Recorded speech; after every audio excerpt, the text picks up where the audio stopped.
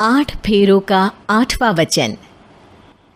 स्वाति ने इसी साल शहर की कॉलेज से पढ़ाई पूरी की है और अब उसके लिए जगह जगह से रिश्ते आने लगे हैं। स्वाति से ज़्यादा उसके रिश्तेदारों को उसकी शादी की चिंता है। इसीलिए जो भी स्वाति के घर आता वो किसी नए लड़के की खबर ज़रूर ले आता। अरे दीदी, ये फोटो देख के बताओ कैसा है।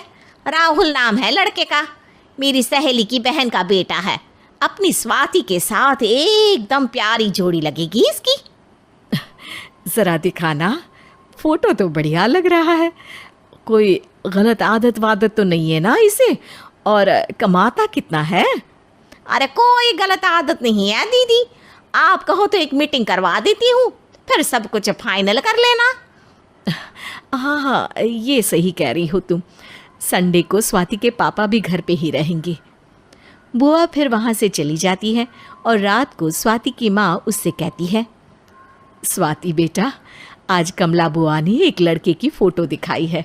संडे को वो लोग मिलने आ रहे हैं, तैयार हो ना तुम बेटा? अरे मम्मी, आप कहाँ कमला बुआ के चक्कर में आ जाती हो? अभी इतनी जल्दी कोई शादी वादी नहीं करनी है मुझे। अरे बेटा, अच्छा लड़का है, बुआ जानती है उसे अच्छे से। हाँ स्वाति बेटा, एक बार मिल तो लो, बाद में देखेंगे आगे क्या करना है। वैसे तो कमला रिश्ता लाई है तो मना करने का तो कोई सवाल ही नहीं उठता।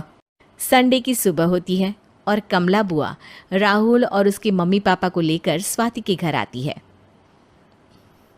अरे आइए आइए भाभी, इसे अपना ही घर समझिए, इनसे मिलिए। ये मेरे भैया और ये मेरी भाभी हैं। नमस्ते भाभी जी, ये है हमारा लड़का राहुल, सरकारी नौकरी की तैयारी कर रहा है ये। वैसे आपकी बेटी कहाँ है? अरे स्वाति बेटा, बाहर आ जाओ। वैसे कितनी पढ़ाई की है स्वाति ने? जी, पोस्ट ग्रेजुएट है हमारी बेटी साइंस में। ये सब तो ठीक है, पर घर संभालना जानती है या नहीं? हमें कौन सी इससे नौकरी करवानी है, नौकरी तो मेरा बेटा करेगा ही। पर मैंने इतनी पढ़ाई की है और आप चाहती हैं कि मैं घर पर ही बैठी रहूं?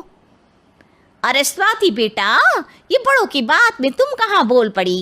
हम सब देख लेंगे क्या करना है क्या नहीं।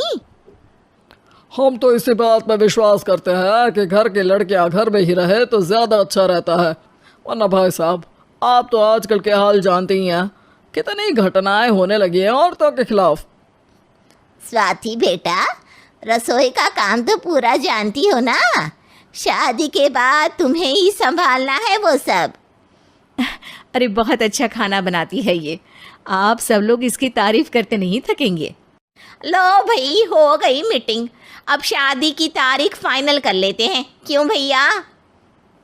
भाई, हम तो पंडित जी से चर्चा करने के बाद ही तारीख फाइनल करेंगे। सालों से हम उनकी बातें मानते हुए आ रहे हैं। लड़के वाले और कमला बुआ की बातें सुनकर स्वाति एकदम नाराज हो जाती है और उसे लगने लगता है कि शादी के बाद उसे घर पर ही बैठना पड़ेगा। लेकिन घर वालों के आगे उसकी एक नहीं चलती और उसे शादी के लिए हाँ कहना पड़ता है। शादी का दिन आ जाता है और सब मंडप में जमा होते हैं। अब फेरों का समय हो गया है, अब कन्या अपने वर से 7 वचन मांगेगी। आप किसी धार्मिक आयोजन में जाएं तो मुझे भी ले जाएंगे। आप मेरे माता पिता का भी बराबरी से सम्मान करेंगे, हमेशा मेरा साथ निभाएंगे। आपको दोनों परिवार की जिम्मेदारियां बखूबी निभानी होगी। हर ज़रूरी बात में मेरी भी राय लेंगे। आप सभी गलत आदतों से दूर रहेंगे। आप मेरे अलावा किसी और औरत से कोई गलत संबंध नहीं बांधेंगे। ये 7 वचन पूरे हुए, वर क्या तुम्हें ये सारे वचन मंजूर है? जी हाँ पंडित जी, मैं सारे वचन अच्छी तरीके से निभाऊंगा। अरे वाह वाह, बढ़िया तरीके से सब काम संपन्न हो गया। तो इसी के साथ विवाह संपन्न हुआ और आज से ये दोनों पति पत्नी हुए। 1 मिनट पंडित जी, अभी एक वचन लेना बाकी है। अब कौन सा वचन है बेटा? मैं अब हमेशा के लिए किसी दूसरे घर में जाने वाली हूँ, तो पति के अलावा मैं अपने सास ससुर से भी एक वचन लेना चाहूँगी। अब कहो बेटी। मैं ये चाहती हूँ कि मुझ पर किसी बात की कोई पाबंदी नहीं लगाई जाएगी। मुझे सब कुछ करने की आज़ादी होगी और मैं भी विश्वास दिलाती हूँ कि मैं एक अच्छी बहू बन के दिखाऊंगी। स्वाति की बात सुनकर उसके सास ससुर एकदम चौंक जाते हैं और कुछ बोल नहीं पाते कि उतने में कमला बुआ बोल पड़ती है। अरे बेटा, ये भी कोई कहने की बात है? रानी बन के रहोगी तुम तो। वचन देने से पहले सोच लीजिए, क्योंकि शास्त्रों में वचन ना निभाने वालों के लिए नरक से भी बदतर सजा लिखी है। स्वाति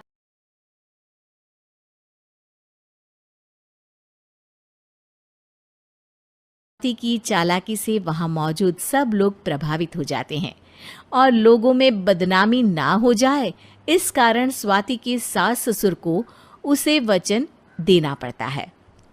अरे कैसी अपशकुन वाली बातें कर रहे हैं आप पंडित जी। हमें मंजूर है बेटा तुम्हारी शर्त। स्वाति अपनी समझदारी से अपनी बात अपने ससुराल वालों से मनवा लेती है और खुशी खुशी राहुल से शादी कर लेती है। अब से हर शादी में मैं खुद 8 वचन दिलवाऊंगा। ओम मंगलम मंगलम मंगलम।